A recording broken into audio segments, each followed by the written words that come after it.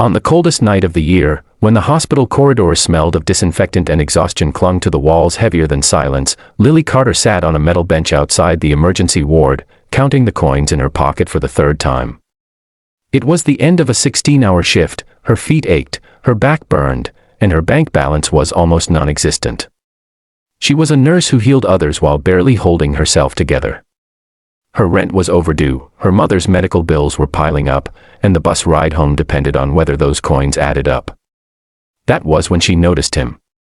A man in rags, drenched from head to toe, sitting against the tiled wall near the service corridor, his head bowed, hair plastered to his face, clothes torn and soaked as if he had walked through a storm without shelter or purpose. Most people passed him without a glance. Some frowned. One security guard slowed down, then kept walking. Lily didn't. She saw the trembling in his hands, the faint red mark near his temple, the quiet dignity in the way he sat as if trying not to disturb anyone. She approached him gently, her nurse instincts overpowering her fatigue. "Are you hurt?" she asked softly. He looked up, eyes sharp but guarded, like a man who had learned not to expect kindness. He shook his head once, then hesitated, as if unused to someone stopping for him. Lily noticed he was shivering uncontrollably. Without thinking, she took the towel from her locker, her last clean one, and held it out to him. "At least dry off," she said. He stared at the towel like it was something sacred. "Why?" he asked quietly. Lily smiled, tired but sincere. "Because you look like you need help. And because someone should." She didn't know that the man sitting before her was Ethan Blackwell, a self-made millionaire CEO who owned half the medical supply contracts this very hospital depended on. She didn't know he had deliberately dressed in rags, soaked himself in rain, and wandered into public spaces for weeks, testing a belief he'd grown cynical about, that kindness only existed when money was visible. Ethan accepted the towel slowly, watching Lily closely, studying her not as a businessman, but as a man starving for something real. As she checked the small cut near his temple with practiced care, he asked her name. "Lily," she replied. "I'm just a nurse here." He almost laughed at the word "just." She spoke to him like he mattered, not like a problem to be removed. When another nurse called her name urgently, Lily stood up, hesitation flickering across her face.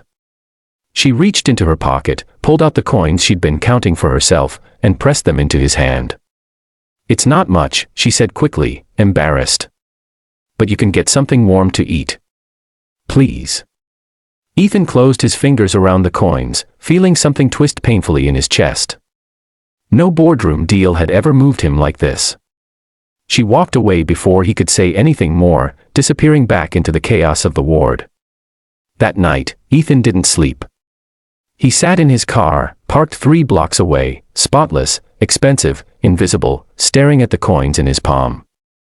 They were worth less than the coffee he ordered every morning, yet they felt heavier than his entire fortune. Over the next few days, he couldn't get Lily out of his mind.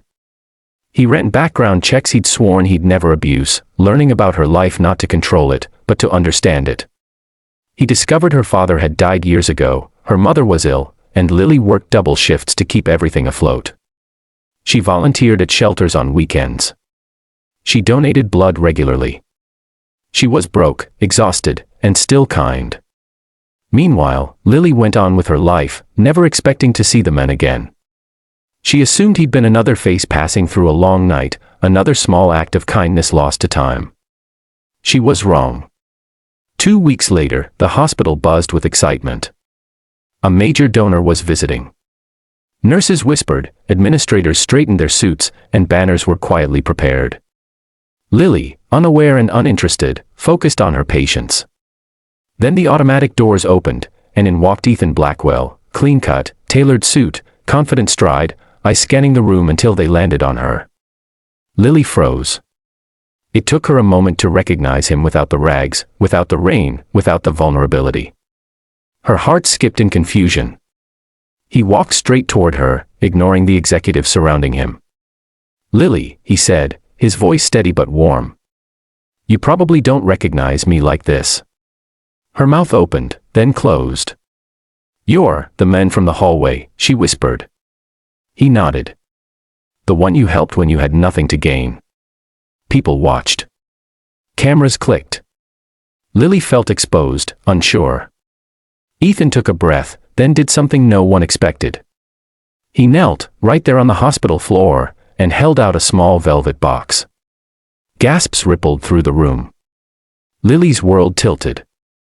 "I spent my life surrounded by people who respected my money," Ethan said, loud enough for everyone to hear. "But you respected my humanity when you thought I had none. You gave me warmth, dignity, and your last coins. I don't want a woman who loves my success. I want the woman who loved a stranger." Tears filled Lily's eyes. "I'm not rich," she whispered, trembling. Ethan smiled softly. "Neither was I, that night. That's why it mattered." He opened the box. Inside was a simple ring, elegant, not flashy. "Lily Carter, will you marry me?" Silence fell, thick and electric. Lily thought of her struggles, her exhaustion, her doubts. She thought of the towel, the coins, the choice she hadn't even considered heroic. Then she nodded, tears streaming, and said yes. Applause erupted. But the real victory wasn't the ring, the wealth, or the headlines that followed. It was the reminder that kindness, even in its smallest form, can rewrite destinies. And if this story moved you, if you believe simple goodness still changes lives, don't forget to subscribe to the channel, because more powerful stories like this are coming, stories that remind us that compassion is the greatest wealth of all.